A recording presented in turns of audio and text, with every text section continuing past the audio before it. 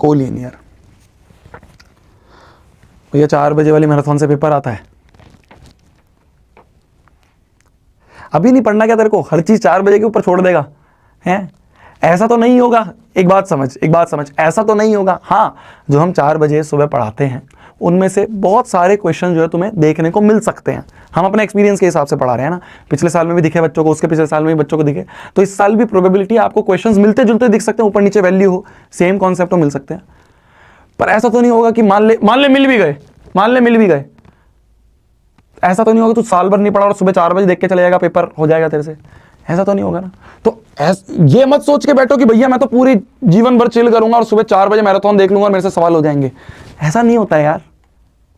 बच्चे पागल हैं क्या? 14 दिन मैराथन में पढ़ रहे हैं, 5-5 घंटे 6-6 घंटे पढ़ रहे हैं।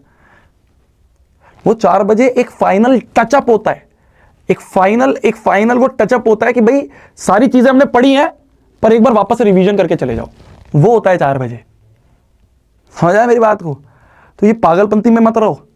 ये लैंग्वेज पेपर नहीं है मैथ्स, ध्यान से सुनना, लैंग्वेज पेपर नहीं है ये मैथ्स। ये लैंग्वेज पेपर नहीं है कि भाई इंग्लिश के 4 सवाल बताए वो आ गए, या मैथ्स के वो साइंस के 4 सवाल बताए वो आ गए। लैंग्वेज पेपर कोई है, ये सॉल्व करने वाला पेपर है।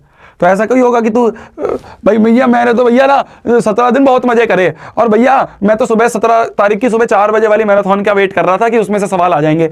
मान ले आ भी गए, तूने आज तक कुछ नहीं पढ़ा, वो 4 बजे तू एकदम देख के सब चीज कर देगा सॉल्व? ऐसा नहीं होता ना, लॉजिकल बात समझो, लॉजिकल।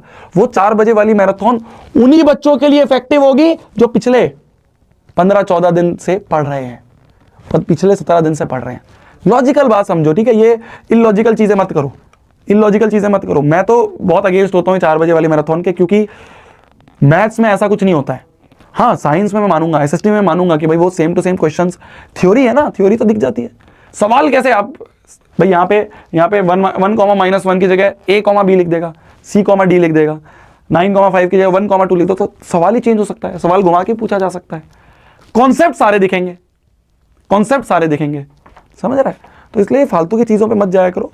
पॉइंट इज, हाँ, वो 4 बजे वाली मैराथन उन बच्चों के लिए इफेक्टिव है जो पूरे 14-15 दिन से साथ में पढ़ रहे हैं। तो उन्होंने 14-15 दिन साथ में पूरी मेहनत करी है, 17 दिन मेहनत करी है, और सुबह 4 बजे मैंने उनको हर चीज का एक बार क्विक रिवीजन करवा दिया कि देखिए पढ़ाया था, याद है ये पढ़ाया था। तो तूने जो इतना सारा पढ़ा उनमें से मोस्ट इंपॉर्टेंट ये सारी चीजें एक बार जल्दी से रिकैप कर ले, 1 घंटे 1.5 घंटे में सारी चीज रिकैप कर लेंगे, और उस हिसाब से फिर आप पेपर दोगे। तो कुछ ऐसे होते हैं महाशय, आप देखोगे पेपर में कुछ महाशय होते हैं कि भैया सुबह 4 बजे वाली में से तो कुछ आया ही नहीं, तूने पूरे साल तो पढ़ा नहीं, तेरे को लग रहा है 4 बजे वाले से एकदम उठ के सीधा और तू देखेगा और तेरे से हो जाएगा। ऐसा नहीं होता है, लॉजिकल बात समझो, ठीक है? मैथ्स है ये साइंस, इंग्लिश, हिंदी, संस्कृत नहीं है, है ना? ठीक है जी। तो जितने बच्चे साथ में लगे हुए हैं, ये सारी चीजें जो हैं, इन सारी चीजों का 17 दिन का एक समअप मैं सुबह 4 बजे करवाऊंगा कि देखिए पढ़ाया था, याद है ये पढ़ा था, ये थ्योरम पढ़ी थी, देख इस थ्योरम का ये प्रूफ था। इस तरह से हम रिवीजन करते हैं, ठीक है? सवाल आपको इन सारे दिनों में से मिलेंगे। ये सारे जो हमने पूरी मैराथन में मेहनत करी है ना, इन सारे दिनों में जो कॉन्सेप्ट पढ़े हैं, जो सवाल पढ़े हैं, वो आपको दिखेंगे आते हैं, ठीक है? जो आखिरी के 1 दिन पे डिपेंड करेगा वो तो गाली देगा आके, है ना? तो उनसे मेरे को फर्क भी नहीं पड़ता। ये जो 14-15 दिन 16 दिन मेहनत करी है बच्चों ने, 5-5 घंटे जो बैठ रहे हैं 1-1 लाख बच्चे, ये मैटर करते हैं।